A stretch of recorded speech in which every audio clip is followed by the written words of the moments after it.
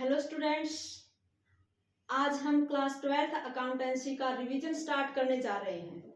तो I hope कि आप सभी ने अपना सिलेबस पूरा कर लिया होगा। अगर नहीं किया है तो इस रिवीजन के साथ साथ अपना सिलेबस पूरा करने की कोशिश कीजिए।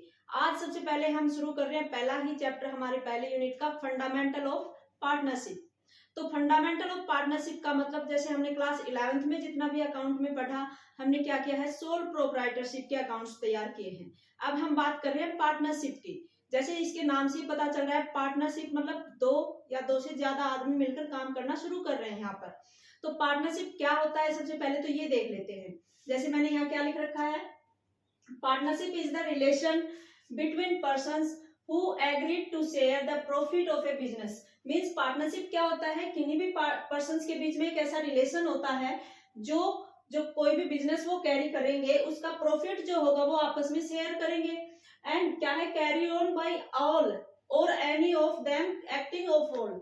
इसका मतलब है कि उनमें से जैसे जितने भी पार्टनर मिलकर काम करना शुरू कर रहे हैं ना, जरूरी नहीं है सारे के सारे मिलकर बिजनेस जहां भी कर रहे हैं वहां कोई भी उनकी कंपनी है, शॉप है, वहां आकर बैठ जाएंगे। कोई एक पर्सन भी संभाल सकता है काम को, लेकिन दूसरा जो आदमी, लेकिन होना सभी की सहमति जरूरी है। मान लो एग्जाम्पल के तौर पर 3 आदमी मिलकर बिजनेस स्टार्ट कर रहे हैं। एक आदमी कहता है कि मैं सिर्फ पैसा लगा सकता हूँ, काम तुम दोनों को संभालना पड़ेगा। तो इसका मतलब ये नहीं है कि वो उसका पार्टनर नहीं रहेगा। पैसा लगा दिया उसने, लेकिन काम दो संभाल रहे हैं। यही मतलब है इस लाइन का कि वो सभी की सभी अगर काम करना चाहते हैं तो सब कर सकते हैं, या फिर उन सब की तरफ से कोई भी एक या दो पर्सन कोई भी उस काम को संभाल सकते हैं। ये मीनिंग भी रहेगा तुम्हारा। पार्टनरशिप अगर एक नंबर में पूछ लिया जाए होता क्या है, तो ये लिखोगे। और अगर ये पार्टनरशिप डेफिनेशन की बात की जाए, एज इट इज वर्ड जो है किसने कहे हैं, हमारा इंडियन पार्टनरशिप एक्ट है। कौन सा एक्ट है हमारा, इंडियन पार्टनरशिप एक्ट 1932, और उसकी सेक्शन 4 में ये डेफिनेशन लिखी गई है ये पार्टनरशिप की, कि पार्टनरशिप होता क्या है। तो पार्टनरशिप क्या होता है, जब दो या दो से ज्यादा आदमी मिलकर काम करना शुरू करते हैं, कोई बिजनेस करते हैं, तो उसे हम क्या नाम देंगे, पार्टनरशिप कहेंगे। जो भी आदमी मिलकर काम शुरू करेंगे वो सभी होंगे हमारे पार्टनर, और जो हमारी फर्म स्थापित की जाएगी वो होगी हमारी पार्टनरशिप फर्म, जहां वो पार्टनर मिलकर काम करेंगे। तो पार्टनरशिप मीनिंग हो गया। इसके बाद इसके आगे फीचर्स क्या है, मतलब इसकी विशेषताएं क्या है, इसकी कैरेक्टरिस्टिक्स क्या है। तो सबसे पहले तो हमने कहा कि partnership is the relation between persons. मतलब पर्संस का मतलब क्या है कि एक से ज्यादा आदमी काम करना शुरू कर रहे हैं। नाम सुनते ही हमें पता है 2 आदमी तो कम से कम होने चाहिए, ठीक है। तो क्या कह रहा है, 2 और मोर पर्संस। इसकी पहली फीचर्स क्या हो गई, 2 और मोर पर्संस, मतलब कम से कम 2 आदमी हमारे पास इस बिजनेस के लिए पार्टनरशिप में अगर करना चाह रहे हैं तो होने चाहिए, और इससे ज्यादा हो सकते हैं। इससे ज्यादा कितने हो सकते हैं बच्चों, मैक्सिमम जो पार्टनर है वो हमारे हो सकते हैं 50, ठीक है। मैक्सिमम पार्टनर कई बार एक नंबर के क्वेश्चन में पूछा जाता है, सीबीएसई में तो पूछा ही जाता है, और एचबीएससी का भी मैंने देखा है कई पिछले सालों में पूछा गया है कि पार्टनरशिप में मैक्सिमम मेंबर्स कितने होते हैं, 50 होते हैं। कुछ टाइम पहले जैसे क्या थे, 100 थे, तो हमें कंफ्यूज नहीं होना है। 100 ऑप्शन में है तो 100 हमारा गलत होगा। अब हमारा जो कंपनी रूल 2014 है, कंपनी रूल 2014 ये कहता है कि मैक्सिमम मेंबर्स जो हैं 100 से कम करके हमें 50 करने हैं। तो कंपनी रूल 2014 का रूल नंबर 10 है, वो ये कहता है कि हमारे मैक्सिमम मेंबर जो होंगे पार्टनरशिप में, अब वो हमारे कितने हो जाएंगे, 50 हो जाएंगे। इसके बाद दूसरा कह रहा है एग्रीमेंट। देखो कोई भी काम करना शुरू कर रहे हैं, 2 या 2 से ज्यादा आदमी मिलकर काम शुरू कर रहे हैं, तो उनके बीच में कोई ना कोई एग्रीमेंट तो हमारा जरूर होगा, ठीक है। किसी समझौते के आधार पर, किसी ठहराव के आधार पर उन्होंने काम करना शुरू किया है। इसके बाद इसकी फीचर्स में कह रहा है कि प्रॉफिट जितना भी होगा ना, प्रॉफिट जो होगा वो आपस में वो शेयर करेंगे। कोई भी उनका शेयरिंग रेशो हो सकता है, इक्वल बांट सकते हैं, कम ज्यादा कोई भी हो सकता है। इसके बाद कह रहा है हमारी 4th फीचर्स है, ये कई बार क्वेश्चन में पूछी जाती है, relationship of principal and agent. मतलब हमारे जितने भी पार्टनर होंगे उनका आपस में, इन सभी पार्टनर हैं वो हमारे क्या है कि एक दूसरे के कुछ कंडीशंस में वो प्रिंसिपल भी रहेंगे, कुछ कंडीशंस में वो एक दूसरे के एजेंट भी रहेंगे। सभी का ओहदा जो है, पद जो है वो समान रहेगा, कोई किसी का अधिकारी, कोई किसी का सबॉर्डिनेट नहीं होगा। तो कई बार क्वेश्चन में पूछा जाता है क्वेश्चन पेपर में कि भाई पार्टनर जो होते हैं उनका रिलेशन कैसा होता है। अकेला प्रिंसिपल लिख दिया, अकेला एजेंट लिख दिया, या कोई और सबऑर्डिनेट हो गया, हमारा अधिकारी हो गया, कोई किसी का अधिकारी अधीनस्थ नहीं होता। क्या कैसा रिलेशन होता है, जहां ऑप्शन में प्रिंसिपल एंड एजेंट दोनों लिखा मिलेगा, वो हमारा क्वेश्चन ठीक रहेगा, आंसर ठीक रहेगा। इसके बाद करें नो सेपरेट एग्जिस्टेंस। पीछे देखो +1 में तुमने जितना भी अकाउंट में किया था, हमने कहा था कि कंपनी जो होती है, कंपनी का ओनर है और उसका जो बिजनेस है, दोनों का अस्तित्व अलग अलग होता है। लेकिन जब हम बात कर रहे हैं पार्टनरशिप की अगर बात कर रहे हो, तो पार्टनर और पार्टनरशिप फर्म को जब मान लो ऐसी कंडीशन आ जाती है कि हमारा लॉस हो गया, कोई लोन ले रखा है, कहीं पे करना है, हमें कुछ भी क्रेडिटर को पैसा देना है, तो पार्टनर जो है ये कहकर पल्ला नहीं झाड़ सकते कि भाई हमारा इसके फर्म से अलग अस्तित्व है। उन्हें अपना जो घर की जो भी एसेट्स है, निजी संपत्तियां तक उनको बेचनी पड़ सकती हैं, लेकिन उनका जो भी दायित्व होगा उसे हर हाल में अपने पार्टनर को पूरा करना पड़ेगा। इसी के आधार पर कहते हैं कि नो सेपरेट एग्जिस्टेंस। हाँ, लेकिन इसमें एक बात है कि अकाउंट्स बनाने की बात आएगी ना, अकाउंट्स जब बनाने होंगे तो फर्म और पार्टनर्स की अलग एग्जिस्टेंस हो जाएगी, तब अकाउंट बनेंगे पार्टनरशिप फर्म के बिहाफ से। ठीक है, ये हमने इसकी की है फीचर्स के बाद हमें क्या करना है कि जैसे हमने कहा एग्रीमेंट होता है इनके बीच में। एग्रीमेंट पार्टनर्स के लिए कंपलसरी नहीं है भाई, रिटर्न में ही होना चाहिए। दोनों तरह का एग्रीमेंट हो सकता है, ओरल में भी हो सकता है, रिटर्न में भी हो सकता है। लेकिन अगर रिटर्न में एग्रीमेंट है तो उस डॉक्यूमेंट्स को, उस डॉक्यूमेंट्री को नाम दिया जाएगा पार्टनरशिप डीड की। तो पार्टनरशिप डीड क्या होता है, अभी हमने बात की कि भाई एग्रीमेंट दोनों तरीके से हो सकता है, ओरल भी हो सकता है पार्टनर के बीच में और रिटर्न भी हो सकता है। ओरल हो सकता है तो इसका मतलब मौखिक रूप में हमने डिस्कस कर लिया, भाई इतना प्रॉफिट तुम्हारा होगा, इतना हमारा होगा, इस तरीके से। अगर कैपिटल पर इंटरेस्ट है तो ड्रॉइंग पर इंटरेस्ट, सारी बातें हमने ओरली कर ली बात पार्टनर्स ने कि इतना इतना हमें इस तरीके से बांटना है आपस में, जो कुछ भी होगा प्रॉफिट लॉस जो भी है। लेकिन अगर उसी एग्रीमेंट को रिटर्न में अगर लिख के हमने वो दे दिया, डॉक्यूमेंट्स दे दिया, तो अब हम अगर डॉक्यूमेंट्स हमारा रिटर्न में हो गया, एग्रीमेंट जो है, एग्रीमेंट हमारा रिटर्न में होते ही उसको क्या नाम दिया जाएगा, पार्टनरशिप से रिलेटेड एग्रीमेंट अगर लिखित में हमने तैयार कर दिया तो उस लिखित डॉक्यूमेंट्स को हम क्या कहेंगे, पार्टनरशिप डीड कहेंगे। ठीक है, साझेदारी सलेख कहेंगे उसको। इसी का दूसरा नाम क्वेश्चन में अगर ये आ जाएगी, आर्टिकल्स ऑफ पार्टनरशिप क्या होता है, आर्टिकल्स ऑफ पार्टनरशिप या साझेदारी के अंतर नियम क्या होते हैं, तो भी हमारे यही है, पार्टनरशिप डीड है, उसी का दूसरा नाम क्या है, आर्टिकल ऑफ पार्टनरशिप है।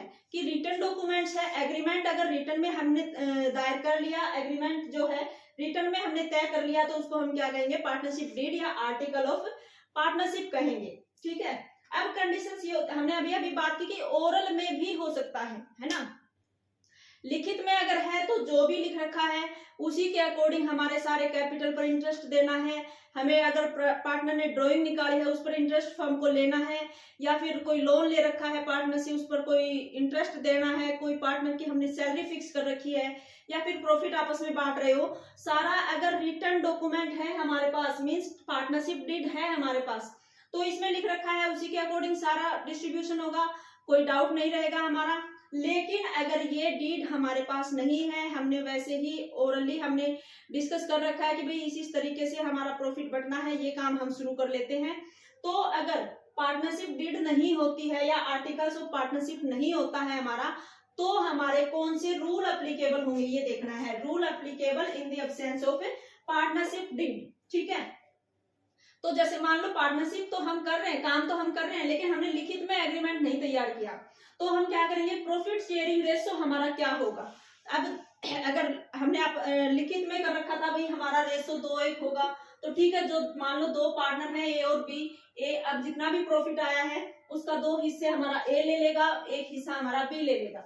लेकिन अगर ये रिटर्न में नहीं है, डीड नहीं है हमारे पास, तो हम प्रॉफिट शेयरिंग रेशो को कैसे बांटेंगे, ये कई बार क्वेश्चन आता है। या तो प्रॉफिट शेयरिंग रेशो का पूछा जाता है, या फिर इंटरेस्ट ऑन लोन पूछ लिया जाता है कई बार। ठीक है, ये ज्यादा पूछे जाते हैं दो चीजें, लेकिन और भी कुछ हम जो 5 से 6 सिर्फ 6 हमारे रूल हैं, ज्यादा इंपॉर्टेंट हैं, जो क्वेश्चंस में पूछे गए हैं क्वेश्चन पेपर में, तो उन पर ध्यान देंगे। रूल हमारे पार्टनरशिप डीड के एब्सेंस में कौन से लागू होंगे? अगर प्रॉफिट शेयरिंग रेशो रिटर्न में नहीं है तो हम कैसे बांटेंगे अपने प्रॉफिट को? इक्वल बांटेंगे। ये बात बिल्कुल याद रखनी है।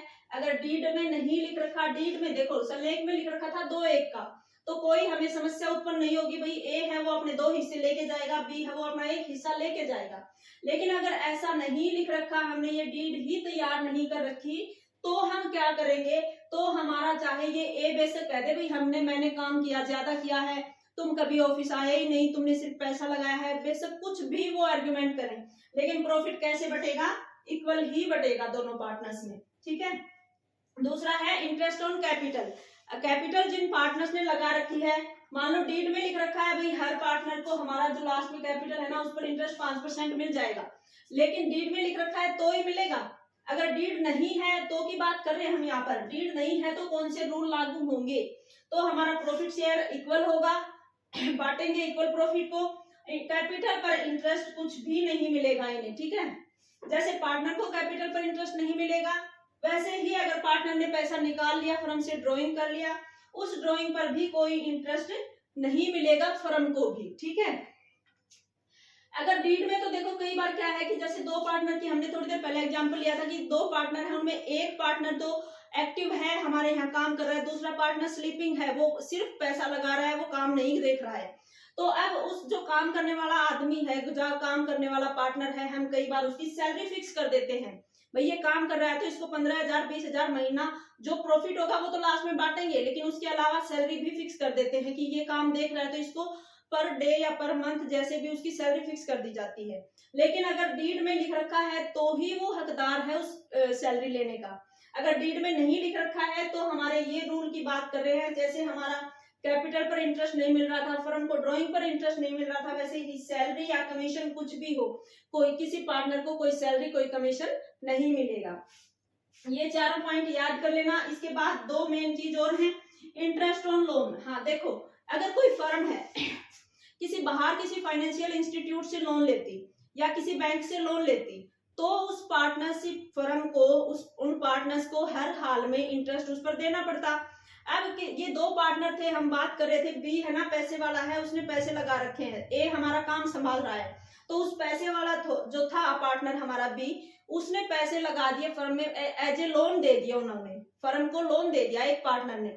हमारे 2 पार्टनर हैं, उन्हीं 2 में से इस बी ने हमारी फर्म को पैसा उधार दे दिया, लोन के तौर पर दे दिया। तो अब ये नहीं कह सकते भाई जैसे कैपिटल पर इंटरेस्ट नहीं मिलता था, ड्रॉइंग पर नहीं मिलता था, वैसे ही जैसे हम बाहर से कोई पैसा उधार ले रहे हैं, वैसे ही पार्टनर का पैसा उधार माना जाएगा और वो लोन पर हमें इंटरेस्ट अब की बार पे करना पड़ेगा। और वो क्या रेट रहेगा लोन का, याद रखना है। अगर फर्म को पार्टनर द्वारा लोन दिया जा रहा है, तो अगर पार्टनरशिप डीड नहीं है तो भी हम क्या करेंगे, 6% से उसको लोन पर इंटरेस्ट देंगे। डीड है तो फिक्स होगा 6%, 10%, 5%, कुछ भी उसने फिक्स कर रखा है डीड में, उस इंटरेस्ट रेट से तुम इंटरेस्ट दोगे। लेकिन अगर कहीं नहीं लिख रखा है, अब हाँ हमने पार्टनरशिप डीड लिखी ही नहीं, रिटर्न में हमारा एग्रीमेंट हुआ ही नहीं, तब हम क्या करेंगे, हम इंटरेस्ट जो लोन होगा उस पर 6% से इंटरेस्ट देंगे। ठीक है। कैपिटल पर कोई इंटरेस्ट नहीं, ड्रॉइंग पर नहीं, सैलरी कमीशन कुछ नहीं मिलेगा। प्रॉफिट शेयर हम बराबर बांटेंगे, और अगर लोन दे दिया किसी एक पार्टनर ने तो उसको इंटरेस्ट उस लोन पर जरूर मिलेगा, वो 6% से मिलेगा। ठीक है। एडमिट कर सकते हो क्या नए पार्टनर को? सभी साझेदार अगर सहमत हैं, मान लो ए और बी दोनों मिलकर काम कर रहे थे, अब ये ए कहने लग गया भाई मेरे अकेले से काम नहीं होता, तुम तो स्लीपिंग पार्टनर हो, तुम तो सिर्फ पैसा लगा देते हो, मैं क्या क्या संभालूं। अगर दोनों सहमत हो गए, सी को अगर पार्टनर के तौर पर शामिल करना चाहते हैं, तो हाँ अगर सभी पार्टनर पहले के एग्जिस्ट पार्टनर अगर सहमत हैं तो नए पार्टनर को भी वो शामिल कर सकते हैं अपने फर्म में। ठीक है। अगर सभी सहमत हैं तो पार्टनर को शामिल कर सकते हैं। इसके अलावा एक आधा पॉइंट ऐसा भी आ जाता है कि भाई सभी पार्टनर हैं, उनको अगर डीड में नहीं लिख रखा है तो भी वो अपने कोई भी मतलब सभी अपना हिस्सा ले सकते हैं, क्या कहते हैं कि जो भी डॉक्यूमेंट्स वगैरह हैं, जो अकाउंट है, उनको ऑडिट कर सकते हैं, उनकी जांच वगैरह कर सकते हैं, ऐसे पॉइंट भी एक आधा इसमें ऐड कर सकते हैं। लेकिन सबसे ज्यादा इंपॉर्टेंट सिर्फ ये 6 पॉइंट हैं, इन्हीं से रिलेटेड क्वेश्चन हमारे क्वेश्चन पेपर में पूछे जाते हैं। ठीक है। इसके बाद हम करते हैं P&L अप्रोप्रिएशन। अब हम बात करते हैं कि जो भी हमारी ट्रांजैक्शंस होंगे, पार्टनरशिप फर्म है, रोज का उनका जो भी एक्टिविटीज होती जाएंगी, जो भी ऑपरेटिंग एक्टिविटीज हैं, नॉन ऑपरेटिंग एक्टिविटीज हैं, उनको हम अकाउंट्स में लिखेंगे। तो वो किस तरीके से लिखेंगे? तो सिंपल, जैसे हम +1 में हमने सोल ट्रेडर के लिए, सोल प्रोप्राइटर्स के लिए हमने अकाउंट तैयार किए थे, वही ट्रेडिंग अकाउंट, वही प्रॉफिट एंड लॉस अकाउंट, वही बैलेंस शीट हमारे पार्टनरशिप में बनती जाएंगी। लेकिन पार्टनरशिप में उनसे अलग एक अकाउंट बनेगा जिसे हम कहेंगे profit and loss appropriation account. इसका क्या मतलब है? जैसे देखो, इंडिविजुअल के लिए हमने अकाउंट बना लिया, नेट प्रॉफिट था, इंडिविजुअल के लिए है वो। लेकिन यहाँ हमने शुरू में ही बात कर ली कि पार्टनरशिप में 2 या 2 से ज्यादा पार्टनर्स होंगे, तो वो पार्टनर हैं, हम बात करें कि वो प्रॉफिट बांटेंगे, आपस में बराबर बांटेंगे, या जो रेशो उन्होंने डीड में दे रखा होगा उसमें बांटेंगे। तो वो बांटने वाली चीज है ना, वो जैसे नेट प्रॉफिट हमारा प्रॉफिट एंड लॉस अकाउंट में निकलता है, उसके बाद जो जो हमने फिक्स कर रखा होता है, जैसे हमने बात की थी कि भाई सैलरी पार्टनरशिप डीड में यूं लगा लो, पार्टनरशिप डीड जो होती है ना, रिटर्न डॉक्यूमेंट, उसमें सब कुछ लिखा होता है, फर्म का नाम क्या है, हमारे पार्टनर कौन कौन है, उनका एड्रेस भी, वो कितनी कैपिटल लगा रहे हैं सभी, कितना इंटरेस्ट दोगे तुम, कितना ड्रॉइंग पर इंटरेस्ट दोगे, कितना कैपिटल पर, कितनी किसी पार्टनर की सैलरी फिक्स कर रखी, सब कुछ लिखा होता है उसमें। तो अभी वही चीजें अगर मान लो हमने डीड में लिख रखी है कि किसी पार्टनर को सैलरी कमीशन कुछ देना है, तो जैसे प्रॉफिट एंड लॉस अकाउंट है, उसी तरह हमारा profit and loss appropriation account है, वो भी कौन सा अकाउंट है? नॉमिनल अकाउंट है। याद रखना है, प्रॉफिट एंड लॉस एप्रोप्रिएशन कौन सा अकाउंट होता है? अगर 1 नंबर के क्वेश्चन में पूछा जाता है, याद रखना है, नॉमिनल अकाउंट होता है। और नॉमिनल अकाउंट हमेशा क्या कहता है कि सारे एक्सपेंसेस हैं, सारे खर्चे हैं, वो हम किस साइड लिखते हैं? इधर डेबिट साइड में लिखते हैं, ठीक है। सारी इनकम जो होती है वो कहाँ लिखते हैं? हम क्रेडिट साइड में लिखते हैं। नॉमिनल अकाउंट हमारा यही कहता है ना कि सारे खर्चे डेबिट में लिख दो, सारी इनकम्स को इधर क्रेडिट में लिख दो। तो इसी तरह जैसे प्रॉफिट एंड लॉस बनता है, इसी तरह profit and loss appropriation account बनेगा। Profit and loss appropriation account जो होता है ना, फर्म की तरफ से बनता है, पार्टनरशिप जो फर्म होगी ना उसकी तरफ से बनता है, जो पूरे साल का खर्चा लिखता है फॉर द ईयर एंडिंग, जो भी ईयर दे रखा होगा, मान लो 31 मार्च हमारा 2024 को खत्म हुआ था, तो यहाँ लिख देंगे 31 मार्च 2024 के लिए हमारा ये profit and loss appropriation account है, ठीक है। ये क्वेश्चन P&L एप्रोप्रिएशन का जो फॉर्मेट है बिल्कुल ध्यान से आप लोग याद कर लिए बच्चों, क्योंकि इसमें से क्वेश्चन पक्का बनता है। 6 नंबर में सिर्फ और सिर्फ तुमसे हो सकता है profit and loss appropriation account ही बनाना पूछ ले। तो प्रॉफिट एंड लॉस एप्रोप्रिएशन में सबसे पहले तो हम डेबिट साइड में हमने बात कर ली, एज ए नॉमिनल अकाउंट हम सारे खर्चे लिखेंगे, फर्म के जो खर्चे होंगे वो, ठीक है। कहीं तुम्हारे दिमाग में यह आ जाएगी पार्टनर सैलरी ले रहा तो वो इनकम है उसकी, हम पार्टनर के बिहाफ पे नहीं बना रहे हैं, हम पार्टनरशिप फर्म के लिए ही अकाउंट तैयार कर रहे हैं कि जितना नेट प्रॉफिट उस फर्म का आया उसमें से ये चीजें घटाओगे तुम, पहले तो किसी को सैलरी देनी है तो वो अलग से दोगे, किसी पार्टनर को प्रॉफिट में हिस्सा मिलना है, उस हिस्से में तो सैलरी को इंक्लूड नहीं कर सकते ना, कमीशन को इंक्लूड नहीं कर सकते, कोई कैपिटल लगा रखे उस पर इंटरेस्ट उसको पहले अलग से देना पड़ेगा। एप्रोप्रिएशन का मतलब ये होता है कि बांटना, बंटवारा, डिस्ट्रीब्यूशन। तो पहले जो नेट प्रॉफिट हमारा प्रॉफिट एंड लॉस अकाउंट ने दिखा दिया, प्रॉफिट एंड लॉस अकाउंट से हमारा जो नेट प्रॉफिट निकल गया, उसी नेट प्रॉफिट को हम क्या कर रहे हैं, आपस में पार्टनर्स में बांटेंगे। सबसे लास्ट में प्रॉफिट जो है बटेगा यहाँ पर, लेकिन इससे पहले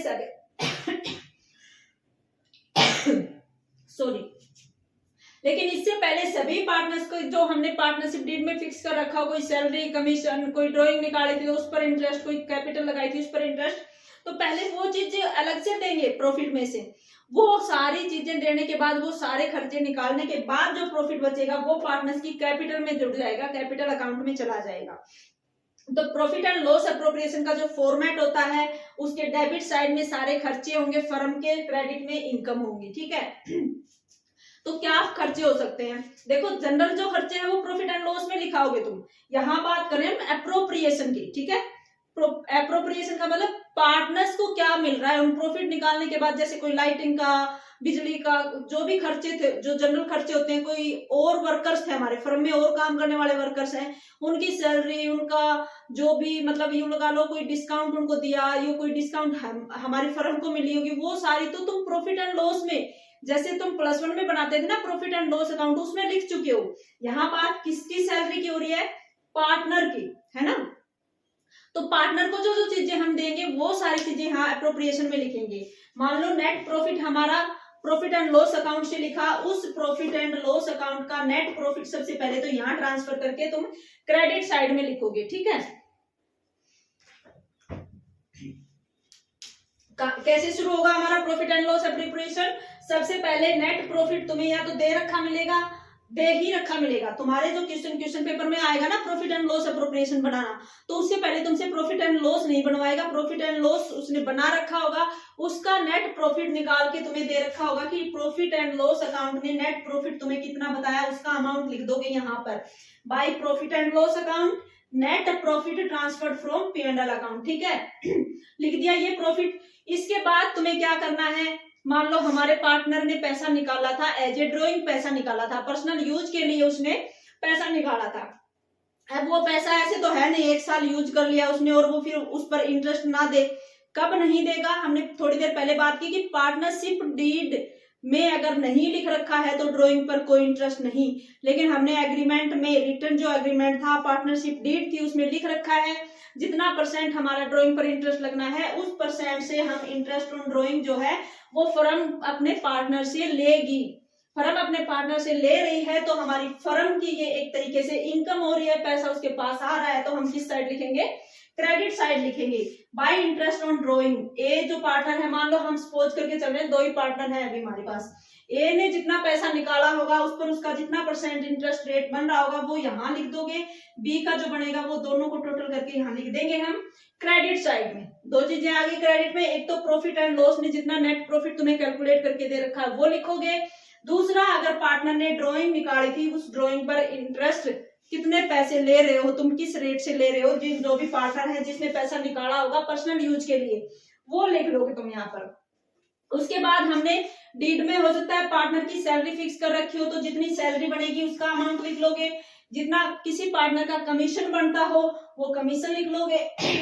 अगर पार्टनर्स ने कैपिटल लगाई थी उस पर हम इंटरेस्ट दे रहे हैं, डीड में जो भी % हो, मान लो 5% है तो ए ने जितनी कैपिटल लगाई हो उसका 5%, बी ने जितनी लगाई हो उसका भी जो फिक्स कर रखा है 5%, 10% जो भी, वो हम अपना इंटरेस्ट निकालेंगे कैपिटल पर और उसका अमाउंट यहाँ लिख देंगे, ठीक है। मान लो इस प्रॉफिट को है ना पार्टनर है उनको बांटने से पहले कुछ पैसा तुम रिजर्व अकाउंट में भी ट्रांसफर करना चाहते हो तो रिजर्व में लिख दोगे, ठीक है। फॉर्मेट याद कर लेना है, पार्टनर की सैलरी, पार्टनर का कमीशन, कोई कैपिटल उसने लगाई है उस पर इंटरेस्ट अगर दे रही है फर्म तो ये फर्म के खर्चे हो गए, कोई रिजर्व में पैसा ट्रांसफर कर दिया उसने वो पैसा यहाँ लिख लोगे, ठीक है। इधर हम प्रॉफिट एंड लॉस का जो भी प्रॉफिट निकला था वो, ड्राइंग पर इंटरेस्ट है वो, दोनों लिख लेंगे। इसके बाद इसका टोटल करने के बाद ये सारे खर्चे घटाने के बाद अब जो पैसा बचेगा ना वो पार्टनर के लिए पैसा बचा है, ठीक है। इसमें से ये घटाने के बाद जितना भी पैसा बचेगा उस पैसे को क्या कर देंगे, जो भी उनका रेशो होगा प्रॉफिट डिस्ट्रीब्यूशन का, हमने बात की थी प्रॉफिट शेयरिंग रेशो, या तो पार्टनरशिप डीड में लिखा मिलेगा, पार्टनरशिप डीड में हमने रेशो नहीं लिख रखा है तो हम इक्वल जो है जितने भी पार्टनर होंगे उनमें अपना प्रॉफिट को ट्रांसफर कर देंगे, जो उनका प्रॉफिट बनेगा वो सभी पार्टनर्स की कैपिटल अकाउंट में चला जाएगा ये, ठीक है। तो इस तरीके से हमारा क्या बन जाता है प्रॉफिट एंड लॉस एप्रोप्रिएशन। इसके न्यूमेरिकल क्वेश्चंस भी हम करके देखेंगे कल। इसके बाद एक अकाउंट और इसमें बनता है मेन अकाउंट जो हमारे इस पहले चैप्टर में फंडामेंटल ऑफ पार्टनरशिप में बनेंगे, वो एक तो यही रहेगा profit and loss appropriation account. और जो अभी तुम्हारा 2025 के लिए 25 के एग्जाम के लिए सैंपल पेपर डला है ना सीबीएसई की साइट पर, 6 नंबर में बच्चों सिर्फ और सिर्फ P&L एप्रोप्रिएशन पूछ रखा है तुमसे। तो प्रॉफिट एंड लॉस एप्रोप्रिएशन के सभी जो इंपॉर्टेंट क्वेश्चंस हैं मैं सैंपल पेपर जो होंगे पिछले सालों के वो भी क्वेश्चन आपको करवाने की कोशिश करूंगी जब भी ये चैप्टर खत्म होगा ना। आज कल हम इस चैप्टर को एक बार मोटा मोटा रिवीजन कर लेंगे, फिर परसों हम क्या करेंगे इस चैप्टर के जितने भी 5-6 सालों के जितने भी सैंपल पेपर हैं उसमें इस चैप्टर के जितने भी क्वेश्चन आए हुए हैं वो भी सोल्व करेंगे यहाँ पर, ठीक है। तो अभी हम एक बार फॉर्मेट अच्छे से कर लेते हैं। प्रॉफिट एंड लॉस एप्रोप्रिएशन का जो फॉर्मेट है हमने एक बार अच्छे से कर लिया। अब हम देखते हैं कि इसके बाद और कौन सा अकाउंट बनता है। इसके बाद बनता है हमारे पार्टनर्स के कैपिटल का अकाउंट बनता है, ठीक है, उसके बारे में पढ़ते हैं। अब बात करते हैं हम पार्टनर्स के कैपिटल अकाउंट की। हम जैसे बात की कि हमारा जो फंडामेंटल ऑफ पार्टनरशिप है इसमें मेन जो अकाउंट है वो कौन सा है, एक तो profit and loss appropriation account है, दूसरा हमारा कैपिटल अकाउंट है। तो कैपिटल अकाउंट, जैसे हमने प्रॉफिट एंड लॉस अप्रोप्रिएशन बनाया था, ध्यान में हो कि लास्ट में हम क्या बात कर रहे थे कि ए और बी जैसे दो पार्टनर हैं, उनका जो प्रॉफिट है वो उनके हिस्से में आ रहा है, उसको किस अकाउंट में ट्रांसफर कर रहे थे, उसके कैपिटल अकाउंट में ट्रांसफर कर रहे थे, ठीक है ना। तो वही प्रॉफिट जो कैपिटल अकाउंट में ट्रांसफर कर रहे हैं यहाँ इन अकाउंट्स में आएगा। लेकिन पार्टनर्स का कैपिटल अकाउंट बनाते समय हमें क्या ध्यान रखना है कि हम दो मेथड से इस अकाउंट को बना सकते हैं। या तो पार्टनर्स ने क्या है कि फिक्स कैपिटल अकाउंट वाला मेथड अपनाएंगे हम, या फ्लैक्चुएटिंग मेथड अपनाएंगे। फिक्स अपना रहे हैं तो फिक्स नाम से ही पता चल रहा है कि यहाँ पर अगर ये मेथड अपना रहे हो ना, कब अपनाओगे, जब हमारे पार्टनर जो है एग्रीमेंट में ये बात हो कि भाई एक्स्ट्रा ऑर्डिनरी सर्कमस्टांसिस ना आए, तब तक हम क्या करेंगे कि जो कैपिटल हमने लगा दी ना वो कांस्टेंट रहेगी, फिक्स रहेगी, उसमें चेंज नहीं होगा, है ना। कोई भी साल के बीच में कोई एडिशनल एडिशनल कैपिटल नहीं लगाई जाएगी, या फिर कैपिटल में से कोई पैसा ड्रॉ जो किया जाता है वो नहीं किया जाएगा, ठीक है। तो अगर ये मेथड अपना रहे हो तो दो अकाउंट्स तैयार होते हैं। अगर फिक्स कैपिटल अकाउंट वाला मेथड अपना रहे हो तो हम क्या करेंगे कि दो अकाउंट तैयार करेंगे, एक हमारा होगा करंट अकाउंट और दूसरा होगा हमारा कैपिटल अकाउंट। वैसे तो हम क्या बात कर रहे हैं, पार्टनर्स के कैपिटल अकाउंट की बात कर रहे हैं, लेकिन इसमें दो मेथड हैं। फिक्स मेथड अपना रहे हो, फिक्स कैपिटल वाला मेथड अगर बच्चों तुम अपना रहे हो तो हम क्या करेंगे, एक अलग से कैपिटल अकाउंट तो अलग से बनाएंगे। कैपिटल अकाउंट मतलब जो हमने कैपिटल लगाई होगी, साल के शुरू में कैपिटल लगाई होगी या फिर बीच में कभी भी कोई कैपिटल लगाई है, तो उसके लिए कैपिटल का, सिर्फ कैपिटल का अलग से अकाउंट बन जाएगा। इसके बाद जो हम बात कर रहे हैं कि भी कोई पार्टनर को सैलरी मिलती हो, कोई कमीशन मिलता हो, कोई इंटरेस्ट मिलता हो कैपिटल पर, वो सारी चीजें जो एक अकाउंट और बनाएंगे इन सब के लिए, वो अकाउंट होगा हमारा करंट अकाउंट, ठीक है। उन सभी चीजों को करंट अकाउंट में लिखोगे।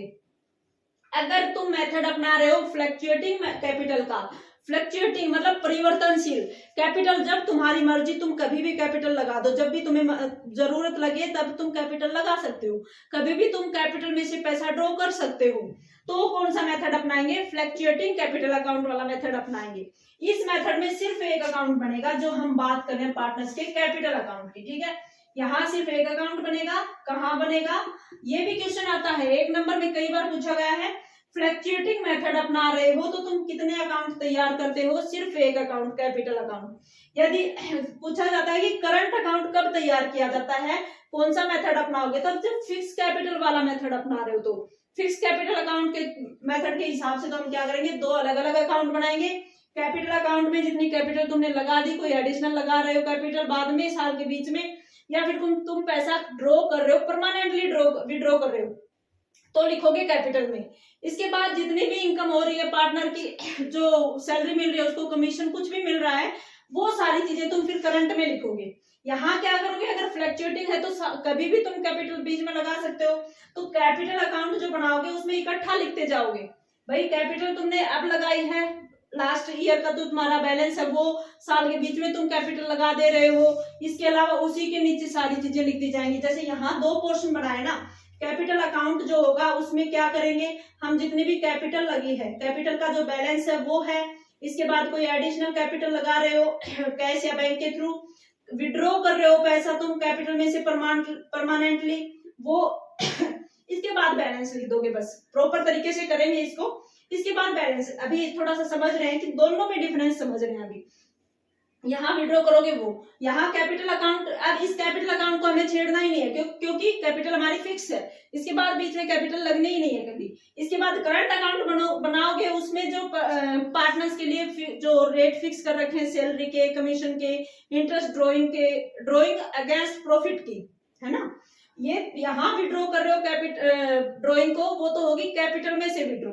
और अगर करंट अकाउंट में दिखाओगे, वो प्रॉफिट के में से अगर पैसा कोई निकाल रहा है पर्सनल यूज के लिए, वो पैसा दिखाओगे वहां पर। और अगर फ्लक्चुएटिंग अपना रहे हो तो सिर्फ एक अकाउंट, यहाँ तक का भी इसी में, और इसके बाद सैलरी कमीशन जो भी मिल रहा है उनको, वो सभी भी यहाँ लिखते जाएंगे, ठीक है।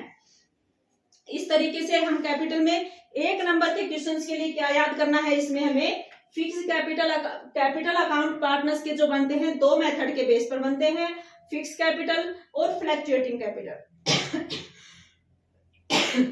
फिक्स कैपिटल अगर अपना रहे हो तो हम 2 अकाउंट तैयार करते हैं, करंट अकाउंट और कैपिटल अकाउंट। अगर फ्लक्चुएटिंग मेथड अपना रहे हो तो सिर्फ एक अकाउंट तैयार होता है, कैपिटल अकाउंट। ये बात याद रखने की है, ठीक है। अब हम इसको प्रॉपर तरीके से कैपिटल अकाउंट का एक बार फॉर्मेट तैयार करते हैं। अब हम बात करते हैं पार्टनर्स के कैपिटल अकाउंट में दो मेथड जैसे हमने पढ़े, फिक्स कैपिटल अकाउंट मेथड है या फ्लक्चुएटिंग मेथड। तो अगर फिक्स कैपिटल अकाउंट मेथड अपनाते हो तो हमने क्या कहा था कि दो अकाउंट बनेंगे। दो अकाउंट में पहला अकाउंट हमारा बनेगा कैपिटल अकाउंट का। आज सिर्फ इसका प्रोफॉर्मा पढ़ते हैं, कल इनके न्यूमेरिकल क्वेश्चंस भी करेंगे, ठीक है। कैपिटल अकाउंट अगर बनाते हो तो सबसे पहले, अब देखो ये बात याद रखनी है, प्रॉफिट एंड लॉस अप्रोप्रिएशन की जहां हम बात कर रहे थे वो बन रहा था पार्टनरशिप फर्म के पॉइंट ऑफ व्यू से। फर्म का अकाउंट था वो, फर्म का जितना प्रॉफिट हुआ है उसमें से भी वो सैलरी कमीशन कुछ दे रहा है पार्टनर को, उसके बाद जो पैसा बच रहा है वो पार्टनर्स के लिए बच रहा है जो उनके कैपिटल अकाउंट में ट्रांसफर हो जाएगा, है ना। अब हम जब कैपिटल अकाउंट बना रहे हैं तो ये बन रहा है पार्टनर के लिए, हमारे पार्टनर्स का अकाउंट है ये। हमारे जो दो पार्टनर है, तीन पार्टनर है, मान लो यहाँ हमारे दो पार्टनर है ए और बी, इन पार्टनर का अकाउंट है ये। तो पार्टनर के पास मतलब उसने जितनी कैपिटल लगाई होगी वो पैसा हमारा कितना है, पार्टनर्स की कैपिटल जो है फर्म की तरफ कितनी कैपिटल उसने लगाई हुई है, तो वहां जो बैलेंस इसका सबसे पहले तो ब्रोड डाउन किया हुआ वो, मतलब पीछे जो बचा था इसका, पिछले साल हमने जो अकाउंट बनाया होगा कैपिटल, उसमें इसका कैपिटल कितना था, ए का कितना कैपिटल थी, बी की कितनी कैपिटल थी, वो बैलेंस यहाँ लिखोगे, ठीक है। उस बैलेंस को हम क्या करेंगे, ओपनिंग बैलेंस कहेंगे, ब्रोड डाउन किया हुआ पिछले साल का, ठीक है। इसके बाद इस साल के बीच में अगर कोई उसने एडिशनल कैपिटल लगा दी हो तो वो उसके लिए हम क्या करेंगे, बाई कैश या बैंक अकाउंट के आधार पर हम क्या करेंगे, उसने कोई एडिशनल कैपिटल लगाई है वो दोनों पार्टनर के अकाउंट में हम इस अमाउंट वाले पोर्शन में लिख देंगे कि भाई ए ने साल के बीच में कितनी कैपिटल लगाई, बी ने कैपिटल कितनी लगाई साल के बीच में, ठीक है। इसी तरह साल में यदि बीच में उसने कोई ड्राइंग परमानेंटली विड्रॉ कर ली, अगर कैपिटल अकाउंट में जो हमारी ड्राइंग लिखी जाती है उसका मतलब वो परमानेंटली ही विड्रॉ कर ली, और जो परमानेंटली विड्रॉ कर लिया जाता है पैसा उसको हम नाम देते हैं ड्राइंग अगेंस्ट कैपिटल, ठीक है। ये दो शब्द आते हैं क्वेश्चंस में कई बार, याद रखना है। ड्राइंग अगेंस्ट कैपिटल है तो इसका मतलब है कि ये ड्राइंग जो है ना कैपिटल में से निकाली है, इसका मतलब परमानेंटली पैसा निकाल लिया है पार्टनर ने अपना, ये पैसा इसने अपनी कैपिटल में से निकाल लिया। और अगर ड्राइंग अगेंस्ट प्रॉफिट लिखा आता है, यहाँ कैपिटल की बजाय प्रॉफिट लिखा आता है, तो इसका मतलब उसने कुछ टाइम के लिए वो पैसा लिया है पर्सनल यूज के लिए, बाद में वो पैसा और विद इंटरेस्ट वापस जमा करवा देगा, ठीक है, फर्म में वापस जमा करवा देगा, ये याद रखना है। तो कौन सी ड्राइंग लिखेंगे हम यहाँ कैपिटल अकाउंट में, परमानेंटली विड्रॉ कर ली जाती है ड्राइंग अगेंस्ट कैपिटल वाली, टू कैश या बैंक अकाउंट में। ए ने जितना पैसा निकाला हो साल में वो, और बी ने निकाला हो वो, ठीक है। इसके बाद ये एडिशनल, पहले जितनी कैपिटल थी उसमें अगर बीच में उसने कोई एडिशनल कैपिटल लगाई है उसको ऐड कर दो, अगर परमानेंटली कोई पैसा निकाल लिया उसको घटा दो, इसके बाद जो बैलेंस बचेगा वो पार्टनर्स की कैपिटल का बैलेंस बचेगा कैरी डाउन करने के लिए, ठीक है। साल के अंत में जिस ए का होगा वो यहाँ आ जाएगा, बी का जितना बैलेंस बचेगा वो यहाँ आ जाएगा। फिक्स कैपिटल अकाउंट जब तैयार कर रहे हो तो दो अकाउंट तैयार करोगे, एक कैपिटल अकाउंट, दूसरा हम करेंगे करंट अकाउंट। कैपिटल अकाउंट में यही चार आइटम याद करने होते हैं, ओपनिंग बैलेंस कितना है, साल के बीच में एडिशनल कैपिटल लगाई है तो वो कितनी, परमानेंटली विड्रॉ कर ली हो बीच में तो वो कितनी, और क्लोजिंग बैलेंस जो है इसका वो कितना बचेगा, ठीक है। इसके बाद करंट अकाउंट में हम, ये फिक्स कैपिटल है इसलिए कैपिटल का अलग से बना दिया हमने, इसके बाद इसमें कोई चेंज नहीं होना है इसलिए इस अकाउंट को हम यही बंद करके रख देते हैं, और दूसरा अकाउंट इसमें बना लेते हैं अपना करंट अकाउंट। हम बात करें फिक्स कैपिटल अकाउंट वाला मेथड अपना रहे हैं तो हम क्या करें, दो अकाउंट बनाएंगे। तो एक हमने अभी बनाया कैपिटल अकाउंट, उसमें सारी कैपिटल लिख दी। दूसरा अकाउंट बनाएंगे करंट अकाउंट, करंट अकाउंट में क्या लिख देंगे, अब ये देखो कैपिटल अकाउंट बन रहा है, पार्टनर का बन रहा है, तो अभी थोड़ी देर पहले हमने क्या किया था, profit and loss appropriation account बनाया, तो सैलरी कमीशन या फिर जो इंटरेस्ट था कैपिटल पर वो सारी चीजें डेबिट में लिख रहे थे, क्योंकि यही चीजें एक देखो फर्म के लिए तो क्या थी, खर्चा थी, इसलिए डेबिट में लिख रहे थे। अब पार्टनर्स का कैपिटल अकाउंट बना रहे हो तो पार्टनर्स के कैपिटल में तो ये चीजें जुड़ती जाएंगी ना, क्योंकि पार्टनर्स की तो इनकम है ये, उसका तो उसके पास तो ये पैसा आ रहा है, तो इन्हीं चीजों को अब यहाँ हम क्या कर रहे हैं, कैपिटल अकाउंट में क्रेडिट कर रहे हैं। तो सबसे पहले इसका परफॉर्मा जब बनाओगे तो क्या करोगे, कैपिटल अकाउंट के करंट अकाउंट के परफॉर्मा में सबसे पहले बैलेंस जितना भी इसका कैपिटल का बचा होगा वो ब्रोट डाउन करके लेके आओगे इस इधर, और फिर उसके बाद उसमें और क्या क्या ऐड करते जाओगे। अगर कोई कैपिटल पर इंटरेस्ट है इसको इनको मिल रहा है, ए और बी दो पार्टनर हैं, ए की कैपिटल पर कितना इंटरेस्ट इसको मिल रहा है, बी को कितना मिल रहा है। इसके बाद इनको कोई सैलरी फिक्स हुई थी हमारी डीड में, तो वो सैलरी कमीशन अगर कोई था इसका तो वो कमीशन लिख दोगे।